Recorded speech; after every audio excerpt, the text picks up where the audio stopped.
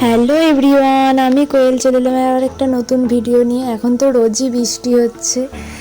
আমাদের পাশেই একটা বাগান আছে, এখানে গিয়েছিলাম। এই দেখো বাগানটায় তো জলে ভর্তি হয়ে গেছে, তাতেই বেরিয়ে পড়েছি মাথায় ছাতা মাথায় দিয়ে।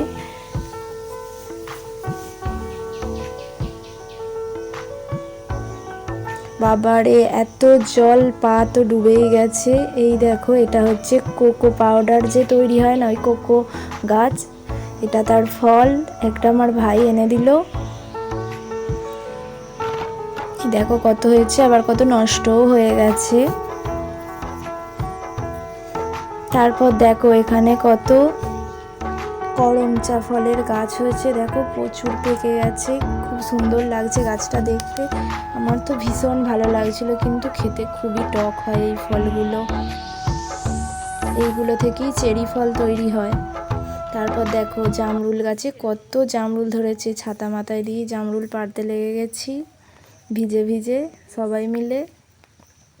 খুব মজা করলাম। টাটা।